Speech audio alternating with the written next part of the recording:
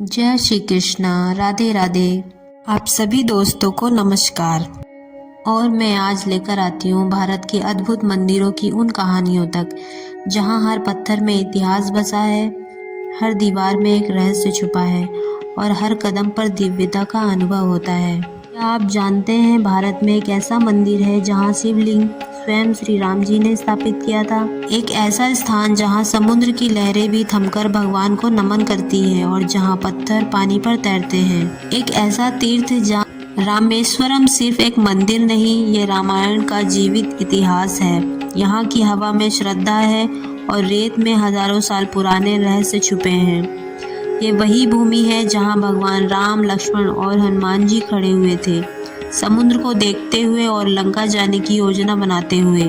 पर सवाल है, रामेश्वरम का असली रहस्य क्या है? क्या सच में यहाँ तैरने वाले पत्थर मिले? क्या यह वही जगह है जहाँ से राम सेतु शुरू हुआ था?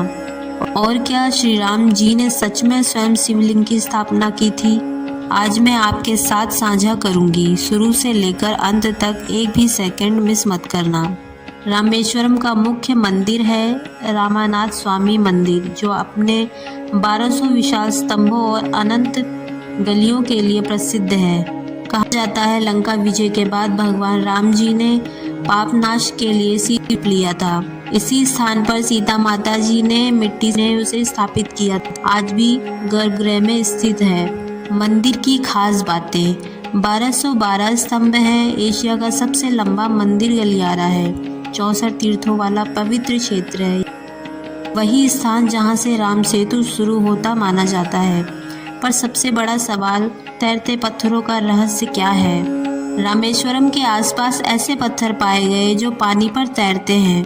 वैज्ञानिकों ने जांच की, कहा यह पोमिक स्टोन जैसा है, लेकिन स्थानीय लोग कहते हैं कि वही पत्थर है जिससे राम सेतु बना था। क्योंकि सभी पत्थर एक जैसी संरचना के नहीं हैं, कई पत्थरों पर पुराने अक्षर खुदे मिले। पत्थर समुद्र की लहरों से प्रभावित नहीं होते हैं। क्या ये सचमुच दिव्य ऊर्जा से भरे थे या लंका तक जाने वाले प्राचीन पुल का हिस्सा थे? रहस्य आज भी कायम है। नासा के सैटेलाइट चित्रों में भारत और श्रीलंका के बीच 48 किलोमीटर लंबी एक सीधी लाइन दिखती है, जिसे आदम्स ब्रिज कहा गया। लेकिन आश्चर्य यह है कि यह घटना जैसी नहीं लगती, बल्कि बिल्कुल सीधी, समांतर और मानव निर्मित सी दिखाई देती है। अगर हजारों साल पहले कोई पुल बनाया गया तो उसकी तकनीक कैसी थी? इतने विशाल पत्थर समुद्र में स्थिर कैसे रखे गए? आज तक कोई पक्का जवाब नहीं। मंदिर में 22 पवित्र कुंड है। सबका पानी अलग अलग स्वाद, तापमान और गुण वाला है। कुछ मीठा, कुछ खारा, कुछ बिल्कुल ठंडा, कुछ गर्म। पर सबसे चौंकाने वाली बात, इन कुंडों का जल स्रोत एक जैसा नहीं है। न कोई पाइप है, न कोई आधुनिक कनेक्शन। तो फिर समुद्र के किनारे होने के बावजूद मीठा पानी कहाँ से आता है? यह प्राकृतिक चमत्कार है या फिर प्राचीन इंजीनियरिंग? रामेश्वरम में मान्यता है, जो भक्त यहाँ 22 कुंडों में स्नान कर रामलिंगम के दर्शन करता है, उसके सभी पाप नष्ट हो जाते हैं। मंदिर के गर्भगृह में एक दिव्य शांति है, जहाँ दीपक की लौ भी मानो हवा के बिना स्थिर रहती है। लोग कहते हैं यहाँ की ऊर्जा साधारण मनुष्य महसूस नहीं कर पाता। यह वही धरती है जहाँ भगवान राम जी ने स्वयं शिव जी को नमन किया था।